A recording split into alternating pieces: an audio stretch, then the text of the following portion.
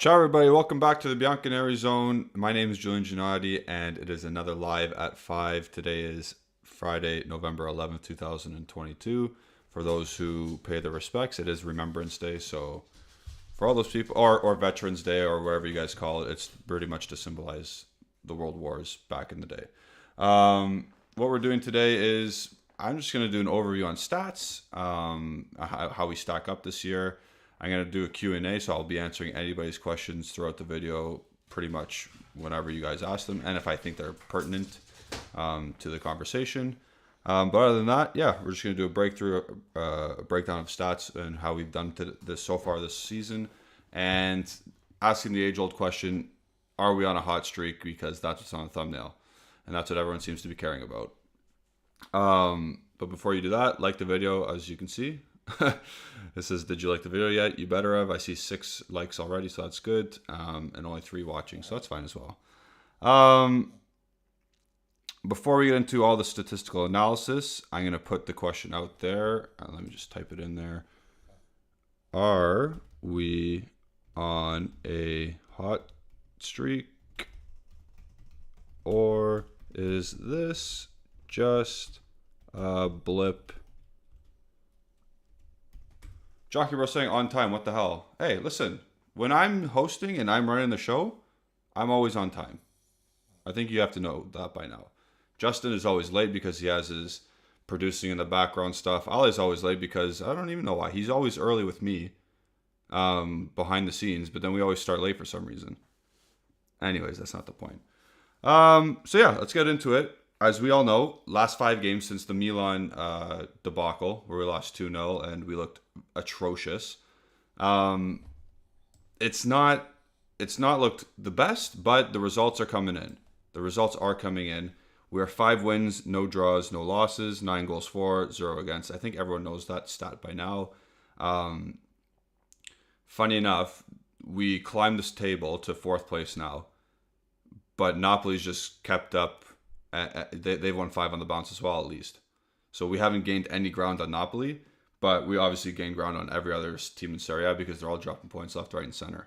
So that is good. Results-wise, it's been good. Do you consider that a hot streak, though? I don't know if I consider that a hot streak because if you're firing on all cylinders and it looks sustainable, then I'd say, yes, we're on a hot streak.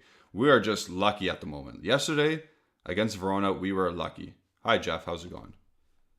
We were lucky to beat that Verona team. They had way more chances. Sorry. Oh, yeah. See, Boo even says. My dog. We scored a goal off 2 deflections and the ball went to their net, and they were unlucky. Should they have deserved the penalty? Maybe back in the day, yes. This year, I looked at the Serie A website. Not website, but I looked at the Serie A stats. Penalties are down across the board. So, like the team with the most amount of penalty shots is 5, and that's Atalanta. There are 2 or 3 teams who haven't even had a penalty yet. Let me just scroll down here. Like everyone thinks Milan gets all these penalties. They have 2. We have 2 as well. Where am I going here? Penalties awarded. If you look at penalties awarded in Serie A, Atalanta have 5, Bologna, Napoli, Roma, Cremonese, Fiorentina have 3. Us, Inter, Milan, Lazio, Lecce, Sassuolo have 2. So penalties are across the league are down. That's actually an interesting thing, seeing as though 3 years ago, if the ball literally nicked your hand, you're toast, and it's a penalty shot. So I'm really okay with how it's being officiated right now in terms of in the box and handballs per se, but I think we got away with one yesterday because that was very whatever. We'll move on. But yeah, let me know what you guys think. Comicus is saying if we get 3 points from Lazio, all will call it a streak, or everyone will call it a streak. Okay, I agree with that because in that streak and in that 6-game little block, you would have beat Inter and you would have beat Lazio in that block. So I get it, and at that point maybe I'll call it a streak. But when you beat Lecce, when you beat Empoli, when you beat Verona, who are horrible, is it a hot streak, or is it just a blip and you're getting by through the grit of your teeth? So I personally wouldn't call us a hot streak. And then Anas is saying depends on the performance. Exactly. And on the current performances, I wouldn't call it a hot streak. Defensively, and I will get into this in a bit, defensively, you will see that I don't think it's quite sustainable that we are continuing with this 0 goals against, or it just best defense in Italy in general. Let me just go back in my app here. So we'll get into the stats now. Across Serie A, the home splits and the away splits are very interesting. At home, Juventus are 5 wins, 2 draws, and 0 losses. Our next game is against Lazio at home. So we're 5-2-0 at home. 17 goals for, 3 against. 17 goals for, 3 against at home. I know Ale always goes on this tangent when he talks about home games and how the crowd and the fans are supposed to feel and help out the performance of the players and make it a fortress again. That actually looks good on paper. On paper, 5-2-0, 17 goals for, 3 against. Looks really good on paper at home. Now, will it translate further down into the season? We'll see what happens. But our away form is the worst. Our away form is horrible. It's 3 wins, 2 draws, 2 losses, 4 goals for, 4 goals against. Like that includes games against Sampdoria. That includes like Verona, Verona, Lecce, Sampdoria. The Milan game is in there. The Fiorentina game's in there. Who else did we lose to?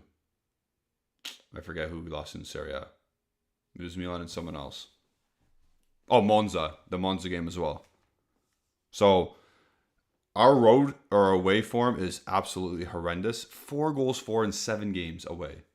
4 goals against. 17 for, 3 against at home. So again, I know we were talking in our members group on Discord with Misak, and Misak made a great point saying going to the Bentagodi and getting an away win in a stadium where we've won only now 3 times in this century. He said that the game against Lazio he feels more at ease because it's at home than going to that vaunted stadium. And going off that take, I agree with him. I agree with him fully. I still don't think, obviously, it's going to be easy against Lazio, but we'll see where it goes from here. I don't know if we're too far out from the match day to understand who's going to start for Lazio, but all of their defenders will be available, I'm pretty sure. Like Casale and Romagnoli will be available for Lazio, so they're the second best team. And I'm going to do a preview after this, actually. I'm going to do a pre-recorded preview on the game, match day 15, Sunday. So stay tuned for that. But just looking ahead into the future, it's a home game. The 2 best defenses in the league are going at each other. Who's going to give? Or what's going to give? Will it be Juventus playing good at home and Lazio breaks, or will it be our expected goals against being in the middle of the domestic league? Will we finally crumble? We know Alexandro's missing. We know Bonucci stinks, so he'll still have to start because we don't have anybody else. So we'll see. Immobile's back. Immobile will be playing for Lazio, so it'll be interesting to see. So going back to stats in Serie A, we have 19.1 expected goals this season. We have 21 goals scored. So we're outproducing our expected goals, which is good, especially because it's so close, but we're still just pipping it right now. So I like it. That's sustainable in terms of overperforming our expected goals. Should it be higher? Absolutely. I think Napoli is at 28 or something. 28 expected goals. Something like that anyway. We have 13 goals from open play. That's not great. 5 from set pieces, 2 from free kicks, and 1 from a penalty. So they consider the Bonucci goal against Salernitana from open play because he missed a penalty, but then he got the rebound and scored. That's actually kind of funny. So that's our goals breakdown. I wish this app showed how we conceded goals, but I think I can remember them. The 2 against Milan. Actually, I don't remember the Milan goals at all. Oh no, yeah, Vlahovic gave the ball away and they dribbled in from half and scored. And then I think it was from a corner, the other one. Salernitana, there was a handball goal from Kandreva, ball across the box because Cuadrado made a big mistake. It's just individual errors that we've conceded on this year. Nothing like, we broke down defensively, if I remember correctly. I'll look into it and we'll do a further video on that in the channel in the future. So yeah, we have the best defense in the league. Average possession, we have 50.7% average possession this season. And in comparison, Napoli has 59.9. They're the top of the league. Teams that have more possession during games than us, Bologna have more, Sampdoria have more, Torino have more, and Monza have the ball for 55.8% of the games.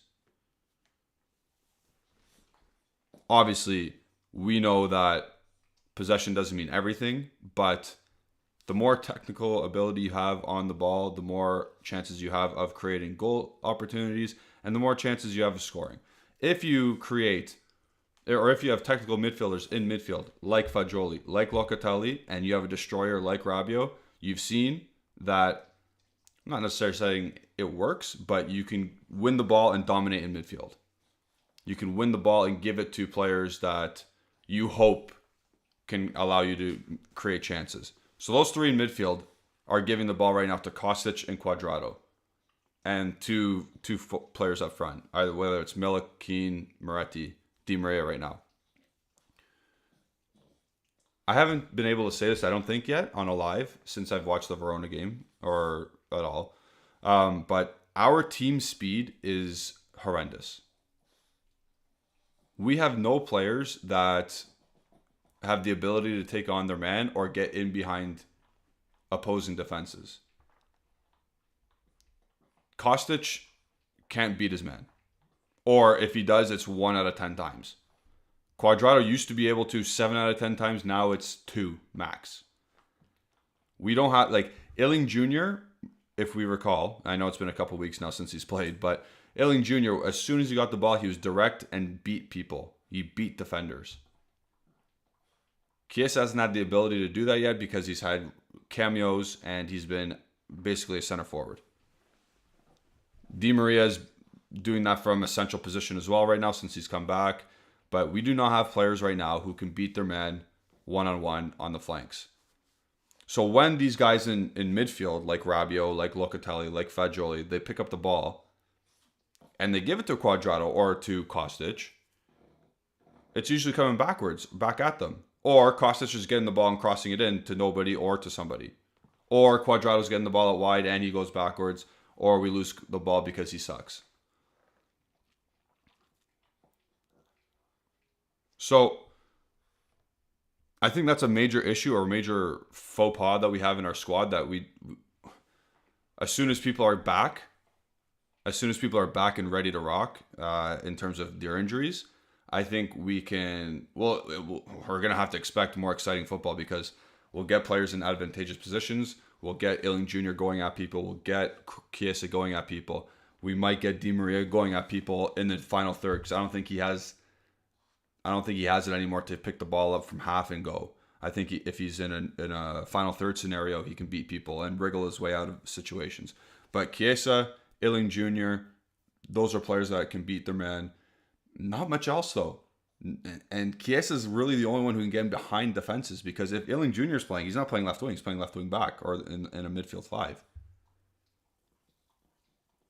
Milik is not getting him behind. God forbid Keane does something positive besides kick it off 2 guys into their net.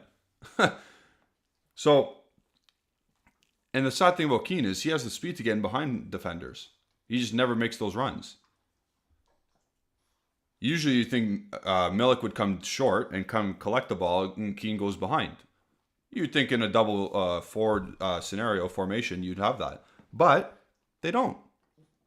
I don't know if he's instructed to stand still and stay on the last defender. I don't know. Because now, with the current midfield we have, with Fagioli, Moretti, Locatelli, they can pick out some of those passes. They can pick out a pass in behind defenses. They can do that. They have the ability to do that. Are they going to force them and make mistakes? Yeah, absolutely. But man, Hollywood Bruno Fernandes always makes mistakes. He tries those balls. Kevin De Bruyne tries those and sometimes misses. It's okay. But they have players, they have teammates that can make runs in behind, like Marcus Rashford. Fast dude, gets in behind. Bruno plays a pass over the top or in behind on the ground. Why not? Why not us? Because Vlahovic is not fast. Milik is not fast. You need a guy like Chiesa or Illing. Maybe even if Keane grew a brain, maybe he can start doing that too. But just the totality of the team, it's not fast. It is not a fast team. I think I saw a long comment. Mario Dimasio says that's the worst part with Juve, our speed and dribbling. We can't beat our man and can't get in behind. And as a winger myself, it's so frustrating seeing how terrible as wingers our wingers are. Yeah. Everyone bigs up Kostic. I'm not Kostic's number one fan. Everyone knows that. He had a great second half against Inter. He won us 3 points. Good job, Kostic. We needed that.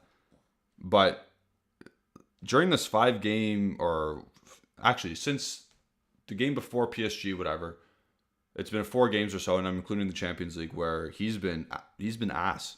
Like, he was ass yesterday. He was not good. And then people told me that as a wingback, he'd be way better. Yes, in that one half against Inter, he was. But in general, he can't beat his man. When he does cross the ball into the box, he puts it into areas which are good, but our players are never going to get there, so he looks even worse. And then he doesn't know how to pass. He can't pass the ball forward. Sorry, he tries to, but like it's never accurate. It's always intercepted. They're not on the same wavelength. So it's a shame that Illing Jr. did get hurt, or his ankle got absolutely crunched against Lecce. That was crazy. But it would be nice in the stretch if Illing was available. Maybe not to start, but just to give Kostic maybe, like, Kostic plays 60 minutes and inject some pace with Illing, like Max Allegri was doing when Illing started to play a bit. Because that gives you a different dimension, and then that gives you a different way of attacking. And then you can serve your strikers with tap-ins or chances in the box. Maybe on the ground sometimes, maybe not always in the air, where you have to beat when you're one striker against 4 in the box. Jockey Bro saying, Di Maria annoyed me last game. He just dribbled in circles and then passed. Looked like Arthur. Yeah, sometimes he did. I agree. Acid saying, whilst I'm listening to you, I'm doing my pure maths homework. That sucks, man. It's Friday, wait. Yeah, it's Friday. Don't do homework now. Go play video games or something. Quasar saying, Juve must be Lazio. Sasha says hello. Hello, Sasha. Quasar. Yeah, if we want to keep up with Napoli, if we want to keep up, because Milan plays Fiorentina, and who else plays? Atalanta plays Inter. So one of those two teams, or both, will drop points. Hopefully Fiorentina does the business against Milan, but we need to do the business against Lazio. And I don't know who exactly is available. I know that Locatelli did not make the national team call-up on his call. Like, it was his choice not to go up for personal reasons. You got to think something's going on with Locatelli. And you got to think something's going on. Not with him obviously with him personally, but not with his body. Not with his body. Perhaps a family member or something. Something might be going on behind the scenes there. Maybe someone's sick. I don't want to speculate, but you got to think something's happening. So, shout out to him. Sasha saying, who's even playing against Lazio? Do we have enough players? We have enough players. Chiesa's going to make the bench, apparently. McKennie's going to make the bench, apparently. I think Locatelli will make the bench apparently, or like he will be fit. I think because his adductor problem isn't that bad, but we'll find out tomorrow more information. But Fagioli's ready. Moretti's good. Quadrado will be ready. Bremer, Bonucci, either Gatti or Rugani will be ready. I'm sure Szczesny will play. Milik will play. Keane will play. So we have enough to obviously play, but not many starters. Mario says, I think we should spend on Mihailo Mudryk. He fits the profile for a winger we need. Not only a winger, he's actually very good he has very good creativity centrally. So when he does drift in centrally, he can pick a pass either way. He's not just strictly beat your man down the wing. So a guy like him, I remember we were linked to him in June or something. We were linked to Mudryk, and I looked at Justin one time we were doing a live. I was like, who the hell is this guy? And in our text group, I was like, and I Googled him more, and I started watching some. Obviously, I don't watch Ukrainian league. I don't watch Shakhtar. But I did see him in the Champions League this year, but at the time, in June, I watched some videos on him. I was like, wow, this guy's direct. This guy's creative, young, fast. This is a profile that we need, and it's good that we're linked to him. And then, Hanin's saying, we wanted 15 million for him. Yeah, now the Premier League teams are going to offer 60. So I don't think we're going to get Mihailo Mudryk. Good player, though. Like, very good player. So good luck at Chelsea or Arsenal or wherever you're going next, buddy. Jockey Bro says Paredes to start. Oh, yeah, Paredes can start. That's fine. We got cover there now. I forgot he was back. He played the last 10 minutes or so against Verona. He was kind of busy. It was good. Also, shout out to everybody who's made their national teams. I think I did the research myself. And every nation that qualified for the World Cup who has first teamers on Juventus made the team, except for Matthias Sule and Samuel Illing Jr. So Sule didn't make Argentina. Why would he? And then Samuel Illing Jr. didn't make England. Why would he? And he's hurt anyway. So everyone else who is non-Italian and Quadrado, or not Quadrado, good for you guys for making your national teams. This channel and myself will be following them throughout the tournament, and I'll be making some videos on that. Also, a little teaser for what's to come in the World Cup tournament. I will be going over, basically, not a scout, a little bit of a scouting thing. I will be going over which U23 players we should be targeting in either January or the summer. So if Ukraine made the World Cup and Mudryk was playing, that would be one of the first names on the list. But Ukraine didn't make it, and we probably can't afford him anyway. So another example is Jeremy Frimpong made the Dutch national team. He's probably not going to play much for the national team or for Holland in the World Cup, but I would still profile him in these types of videos. So I'll be doing that. And if there's any, what other kind of videos do you guys want to see for the World Cup that we do here? You let us know. Unholy Fun saying Bonucci shouldn't play any minute for Juve anymore. He's the worst. He's worse than Melberg and Legrotaglia. Man, Bonucci's drop off is crazy. He just won a Euro Cup last year with Chiellini holding his hand, and the drop off now 1.5 seasons later is just, you can't even pass the ball anymore.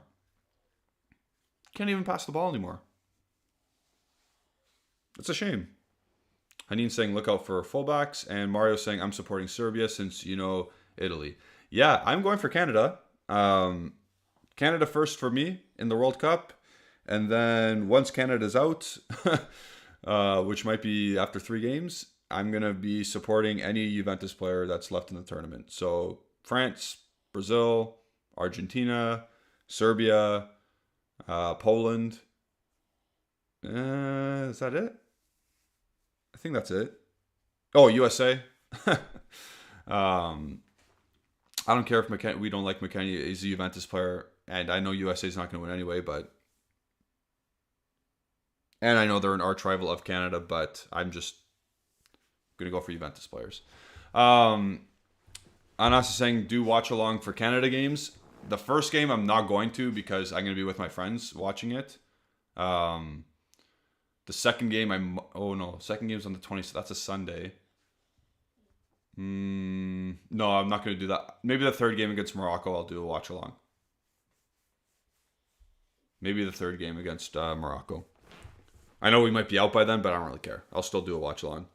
And I'll still celebrate because we haven't scored a goal in the tournament ever. So if we still don't have a goal by that point, I'm going to go nuts if we score. So yeah, there you go. Unholy Fun saying, what do you think about Odriozola links? Kind of weird.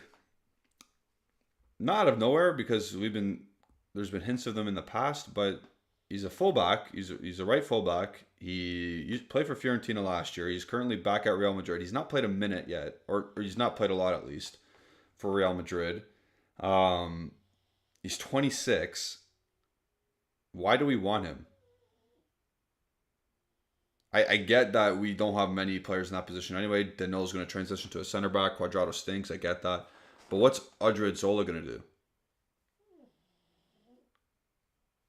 He can't he can't play games over Lucas Vazquez, who is not a left or a right back in his own right for Real Madrid. Like, it's Carvajal and that's Lucas Vazquez, a right back at that team. Why can't Odriozola be, above a right winger in terms of the pecking order? So to me, Odriozola, I don't want him. If it's a dry loan from January to June, fine. See what you can do, but I don't want them to buy him at all. And I saw that Luca Momblano said Real Madrid's practically giving him to us, or they'd be practically giving him to us. So that's all you need to know. They're trying to get a contract off the books, and we're gonna take that. I don't know. I think he's bang out. He's a mid-table footballer. I don't think we want that. Jeff Costello saying USA really. Yeah, McKennie's there, man. If Canada's out and USA is still in and they play, let's say, this is completely wrong, but like whoever they play next, it might be Holland. So if USA plays Holland in the quarter or the round of 16, I'm going to go for the USA. Absolutely. I have nobody on Holland plays for Juventus. McKennie plays for Juventus. I'm going to pick the McKennie. Unholy Fun saying he is average for below average. Yeah, that's what I was just talking about. Jockey Bro says Australia will shock people. They have an easy group. I was looking at the groups today because I haven't done like much prep, but I was looking at the groups today, and they do have a fairly easy group. But like they're part of the reason why it's easy. I don't think Australia's that good. Where are they again?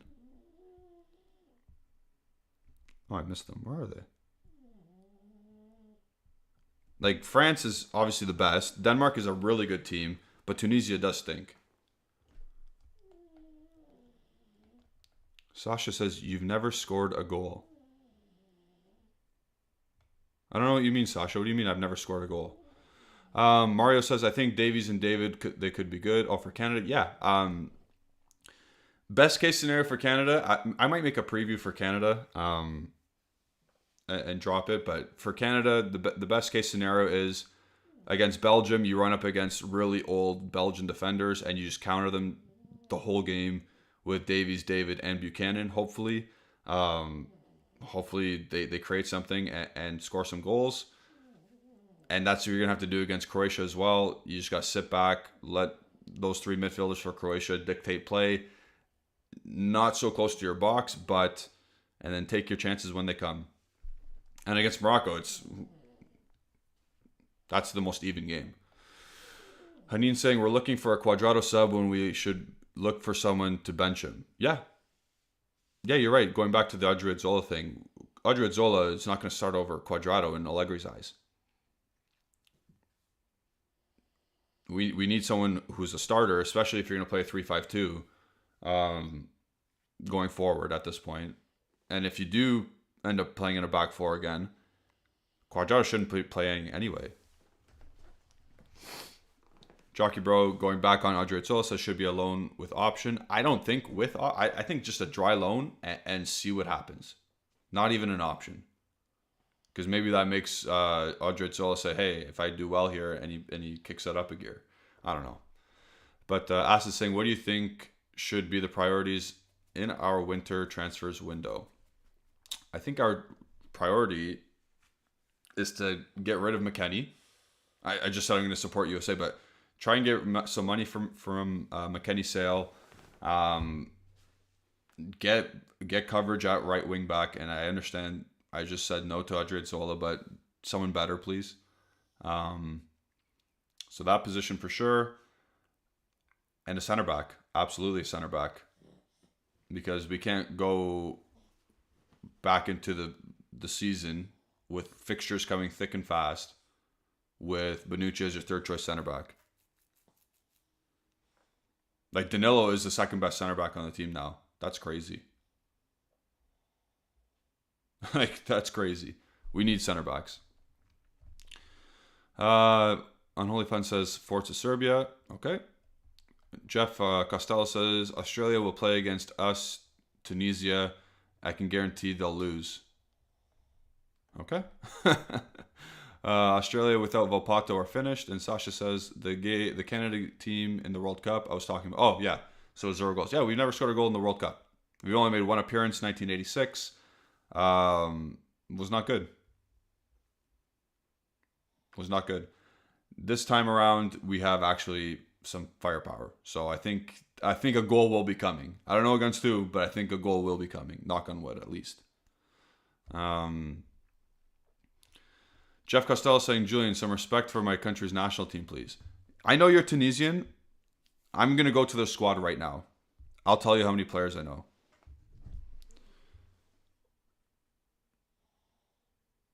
I'm on it right now, by the way.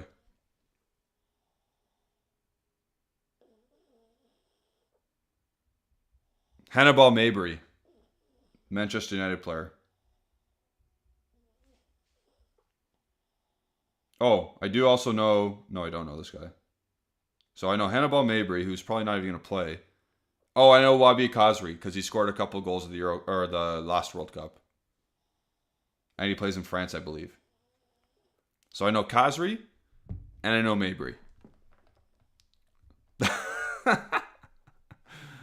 That's all I know. I'm sorry, Jeff. That's all I know about Tunisia, but I don't think they're that good. Anas is saying, what do you think about the Spain squad? It's very good. It's very good. It's very good. Mario says Spain and Argentina are my favorites. Anas, I think Spain's squad is very good. That's why, yeah, I just said that. And then Jeff is saying, Julian Morocco can play some very good football. The only problem is that they're not very solid at the back. And that's where Canada will rip teams apart if they can. Again, Davies, Champions League winner. Jonathan David, Ligue 1 top scorer. Tejan Buchanan doing well in the Champions League for Club Brugge and in the league, in the Belgian league itself. Eustachio, Porto, Champions League, top of the group. No, top of the group? Yeah, top of the group. Scoring goals. He has 4 goal contributions last 4 games. Atiba Hutchinson played in the Champions League. Canada's got a lot of good players too. So I know Morocco could be good, but that's why I said they're on the same level. Javi's going for Portugal. Hanin's going with Serbia. And then you guys are talking about the Spanish national team again.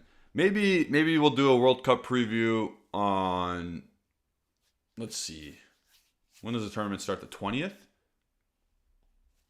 I think the tournament starts the 20th, so maybe we'll do one 5 days before or something. 6 days, or a week before the tournament starts? No, because that's in 2 days. We'll figure something out. We'll figure something out. But maybe we'll do a tournament preview, especially for the Juventus players and how they all shape up. I can tell you right now, the Polish national team, Milik, will not be a mainstay on the Polish national team. Lewandowski's obviously there, and I think Piątek actually plays more than Milik. I spoke to the football talent scout. We did an interview with him, and he says that no one likes the national team setup. Doesn't really like Milik, but he still goes to every tournament. Szczęsny will be starting, the starting goalie. Obviously, Rabiot is going to start for France because Deschamps loves him, and he's in good form. McKennie is USA's best player, so he'll start. Serbia, it depends if Vlahovic is fit. If Vlahovic is fit, they're going to go 3-5-2. Kostic on the left wing, as we know. Vlahovic up top. They'll be starters. Who else is going? Argentina. Di Maria starts. And Paredes starts as well. So everyone who's going is pretty much a starter except for Milik. So good luck to all of them, and we'll do stuff to preview it. But first, we got to consider ourselves with Lazio. And Sasha says, will there be a watch-along for the Juve-Lazio game? I don't think so. I don't think so because I have to do something while the game's on, but I'll be watching the game, but I can't be online, I can't be live watching it. So, unfortunately, I can't. I don't think Justin can either. I think he's got something going on as well. It's almost Thanksgiving time for them, so they got the whole weekend, or they got stuff going on. Yeah, that's pretty much it for the rest of this. For this calendar year for Juventus, we got one game left, and we have a preview coming tomorrow. So there you go. Mario says Gio Reyna and Aronson are clear of McKennie. I'd love Aronson. Okay, so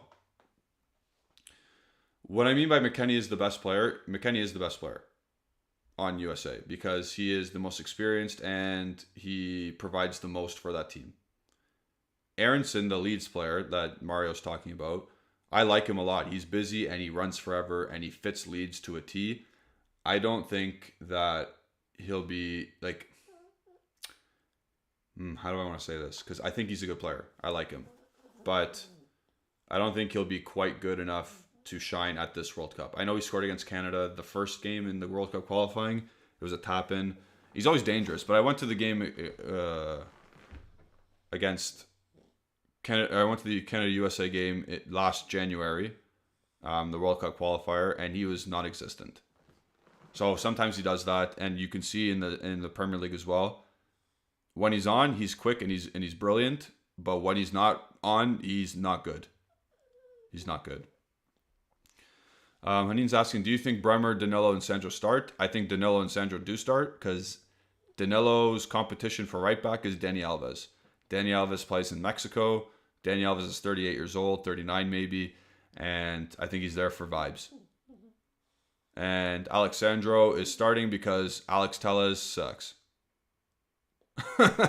So I know Alexandro sucks as well, but like, who's worse, Telles or Sandro? I think it's Telles. So just by looking at the competition they have in the squad, I think they start because there's no one better than Alexandro and Danilo. Funny enough, Renan Lodi, I wished he would come to Juventus back in the summer. He chose Nottingham Forest. He's been shit for Nottingham Forest, and now he's not even going to the World Cup. Shame on him. And then Bremer, I don't think is starting. There's too many good center backs at Brazil. Thiago Silva is a mainstay. Marquinhos is a mainstay. Bremer's not starting over those two. He might play the odd game. Maybe they go 2-0 to start, and he gets to play the third game in the group stage. Maybe that happens, but he won't be playing much, which I don't mind. I don't really care if Bremer doesn't play much because that means he won't be hurt. Mario's asking who I got winning the World Cup. So my friend actually asked me this, who he should bet on to win the World Cup. He using a sport betting website. And I literally said this to him. I said, grab your 4 fingers, name your 4 best teams, whack your hand on the table, whichever finger hurts most, and that team corresponds to that finger, pick them as your winner. Because there's injuries. There's going to be more injuries going into the World Cup. And this is probably one of the most unpredictable tournaments I've ever witnessed. Crazy. Someone's going to get hurt this weekend playing for their club teams. They're going to fly to Qatar. They're going to play a couple of friendly games. Whoever, I don't know who's playing or who they're going to dress. They're going to play the first game of the tournament, like is in 13 days. And they're going to play in 30 or 40 degree heat. Like this is, I cannot predict anything. I have 4 teams in mind. I have France, Argentina, Brazil, and Portugal as the best, or the top at least, due to the squad on paper. And then you got obviously your Belgiums, your Germany, your Spains, and we'll see what like you got to throw England in there as well. They've done well in the recent tournaments. But literally, you throw a name at the wall, see what sticks, and that's what I say. Go if you're a betting man, go with that. And then Jay Lukes is saying there's luck in football too. Yeah, of course. Mario saying if DeMarco wasn't an Interista, I'd love him at Juventus. Yeah, he's been doing very well this year. Stunk up the joint against us, but he did well in the next match day, midweek. He scored a couple goals. He's a good player. Jockey Bro, Argentina, Messi, last World Cup. It means too much for them to not do it. I get it, and I get that. But Di Maria is if Messi's this guy, Di Maria is right there as the second guy on the national team. I watch Argentina a lot, for various reasons, but I watch them a lot. And Di Maria is the second guy on that national team. If he's not going, because he's not going this year, like he's been out forever. If he's not going, they don't click. And Lo Celso is a big loss for them, because Lo Celso, DePaul, and Paredes, that midfield, they bite. They're nasty. They're good. They like to win the ball and be ball dominant. Lo Celso's a big miss. So maybe Enzo Fernandez steps in, but I do like Argentina. Again, who knows who's going to get hurt? Who knows who's fit, actually? Like, I saw Belgium's roster. I saw Hazard there. I saw Lukaku there. They haven't played. They've not played anything. They've not played games. It's going to be crazy for them just to go pick up we'll see. We'll see what happens. Jeff says Belgium will bottle it as usual. I hope so. I hope first game they bottle it. I hope Canada beats them first game. Sasha says, love how no one picks England as winners. They're always they're always bridesmaids. Always bridesmaids. So close, but so far. And then Mario says, all I know is I hope England don't win. I live there, and the fans are so annoying. Yeah, it was nice when Italy beat them a year and a half ago. My mom says, go Canada. Mom, see you tomorrow. And then Anas is saying some political stuff that I don't really care about. Okay, I'm going to wrap it up there. It's been 45 minutes. Not much to talk about Juventus-wise. I'm going to do a preview for Lazio tonight, and it's going to come out tomorrow. So check that out. Check out the pick is in. Justin and I just did that as well. It's coming out tomorrow, I guess, as well. Stay tuned for all of our latest stuff by clicking subscribe, clicking the bell icon to stay notified. Follow us on all our social media platforms at bianconerizonechannel on Twitter, Facebook, and Instagram. Follow myself at Gennady151. Yeah, on Twitter. Follow Justin Sofro at Justin Sofro on Twitter. Follow Alejandro at AlejandroBZ on Twitter. And like the video if you haven't already. We'll have some World Cup stuff going on. We need these 3 points no matter what. It's massive. It's massive.